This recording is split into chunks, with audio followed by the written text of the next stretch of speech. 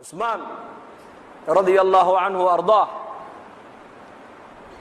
وصحابي جليل كهاية بيد إلهي كو امتحامي لو شيء إن الامتحامي يقولي من إسك الصبرين عجيب beertii nebigu uu ku jiray buu albaabka loo garaacay nebiga Abu Muusa al-Ash'ari baa irid taagnaa markaasuu nebiga u sheegay ya rasuul albaabka waxa garaacay Abu Bakar markaasuu nebigu soo gal ka dhaab Abu Bakar jannada ugu bishaare hadana Abu Muusa halkii buu fadhiistay hadana waa la garaacay waayo waa Umar waa ku soo idan qaadiye u kaadi ya rasuul Umar baa albaabka jooga soo gal ka jannada ugu bishaare hadana waa la garaacay ya rasuul waayo waa Usmaan baa albaabka taagan u bishaare janno balaayaa siibi doontana u bishaare buu rasuulku yiri markii loo sheegay leeyahay nabigu jannana uu kugu bishaareynaya adduunyadana balaayo iyo masiiba kugu dhici doonta wuxuu ku jawaabay Allahu musta'an Allahu dad safka hore ku wada tukataan ama mid meelaha iska barjayo qaraabadiina hadduu laba jeer ku yiraahdo warniyo manaan baan kugu arkado baabur kula qalime ka waran waxaad oran waraadu noloshidaad ka xuntay idaay karqabatee Soomaa waad ka raabsan waa mid meelaha iska barjayo qaafila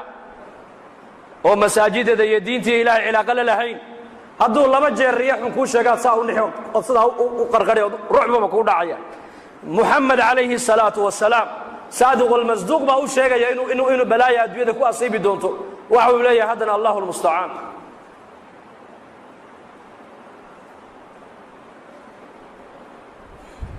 وهذه فاطمة بنت محمد رضي الله عنها سيدة نساء هذه الأمة في الجنة أزواج النبي عليه الصلاة والسلام ونبي قد حفظيه أي فاطمة النبي أصوغ شيء ويكفر ستي ويدنكتي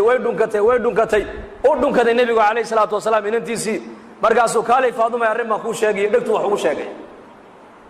وعيد روان للما قضالة فاطمة عائشة أركيس أم المؤمنين رضي الله عنها مرقابو النبي يقول هذا كالي فاطمة أرين كلام كو شاقي دكتو وحكا له كو شاقي إسلام مركيبة فاطمة هذا ويقص الشيء فرح عليه عائشة مالين دنبا u yeedhay oo diraarintii maalintaadii aabahan dhaxmartay ee marna ku oyday marna aad ku farxaday ii sheeg markaabay tir hooyo ku sheegi maayo sirtaas aniga iyo nabiga naga dhaxayso kuma sheegayo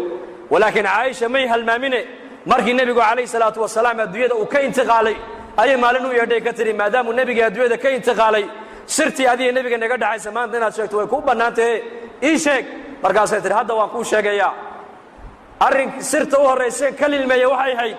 waxa uu ii sheegay geeridiisu ii sheegay inay dhowdahay dadna waan ooyay beetir oo intaad ugu arkayseen sirta labaad uu ii sheegay ku farxay waxay ahayd wuxuu igu yiri ooyin Faaduma ay aamus miyaanad raalli ku ahayn haweenka ummadda nabi maxamed ee jannada galaya gabadha ugu darajo sareysa ugu barwaaqaysan in ilaahay ka dhigay miyaanad raalli ka ahayn raalli baan ahay tiri riwaayad kalena wuxuu nabigu ku yiri haweeney aamus Faaduma ehelkayga qofka dhimashada igu soo xigay oo adiga aamus igu yiri dadna waan farxay bay tiri qof dhimashadiisa loo sheego farxaya ka warramay intuu diyaar garoobay qofkaas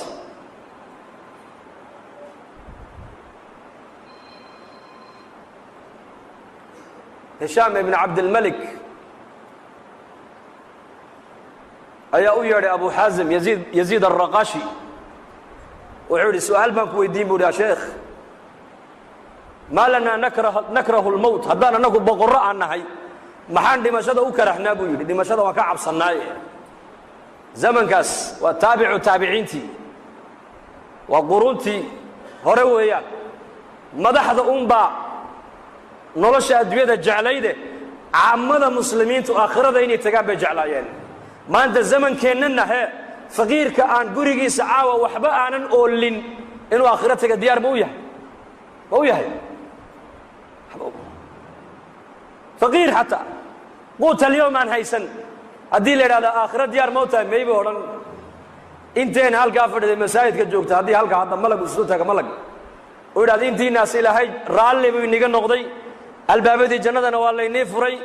ayaa u diyaaray imikada inuu gal hadii la yiraahdo ka warrama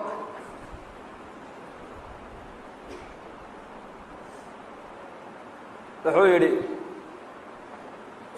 Abu Hazim baydi waxaad dimashada u karhaysaan ana ku jawaabi hay adduunyadan ayaad camirteen waad qurxiseen aakhiradiina waad iska kharribteen oo waad baabi'iseen marka daarta aad qurxisateen aad camirteen inaad ka tagtaan daar aanan waxba iniga dhisnayn oo niga baaba'san oo niga hallowsan inaad u guurtaan dee oggolaani maysaan buu ku yidhi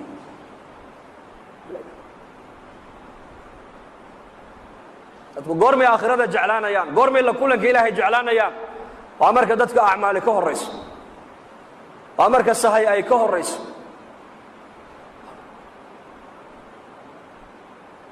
abu dar baa odhan jiray saddex baan adduunyada ugu jecelahay dadkuna way karhaan dhimashada iyo faqriga iyo bugtaanta saddexdaa dadkoo dhan way dhibsadaan aniguna waan jecelahay buu yidhi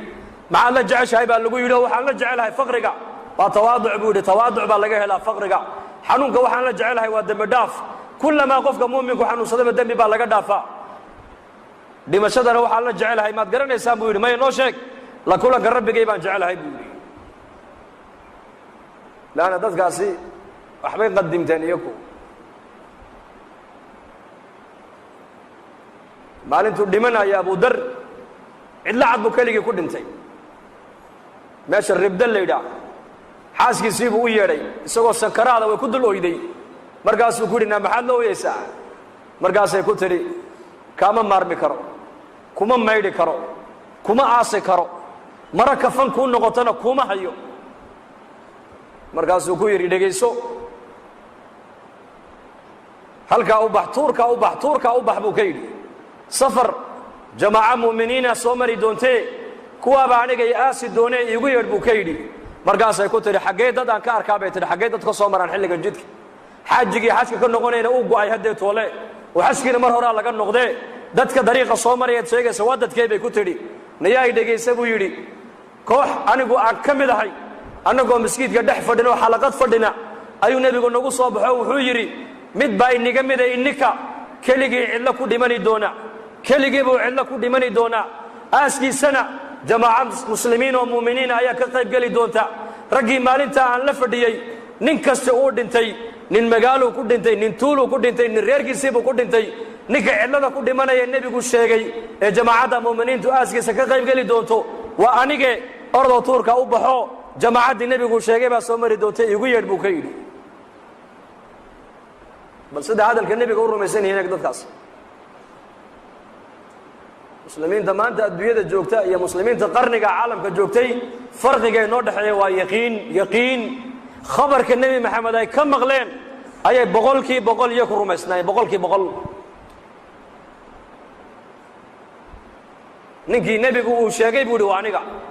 ee cidlada ku dhimanaya raggii kaleo dhan way wada dhinteen tuulo iyo magaalo iyo qaryad iyo reerkoogay ku dhinteen ninka cidlada ku dhimanaya waa anige jamaacaddu nebigu sheegayba aaskayga ka qayb geli doontee halkaa u baxoo joogsa buu yidhi jamaacaddii baad arki doontaaye isaguna sankaraadkii baa haya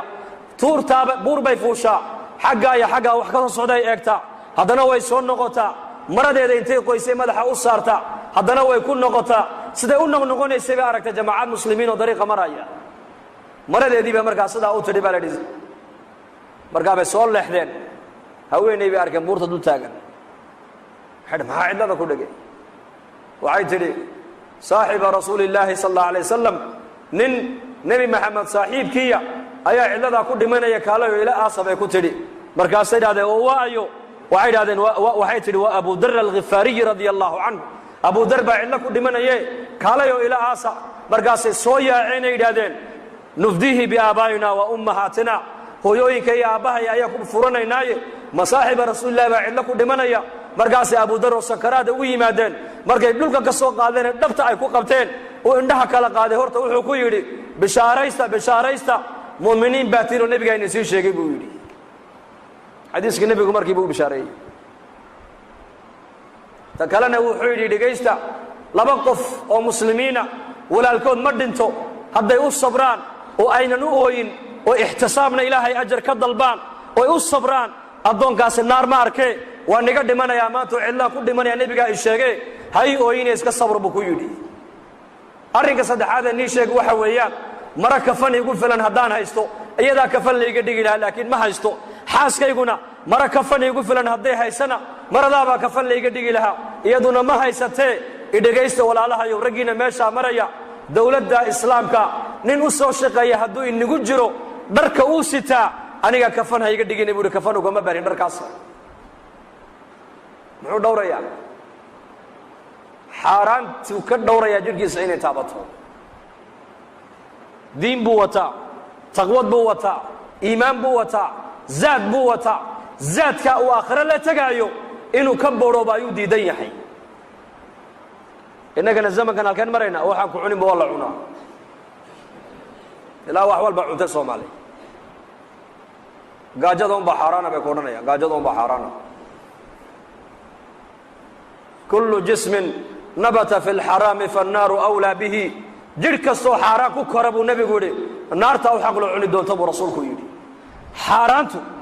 iska daa adiga ilaa oo shahwaddaadae taaiirsaa shahwaddaada way saamayn ubadkaaga xaaraantu taqwaduna awlaadda iska soo baxdaa waracu awlaad buu ka soo baxaa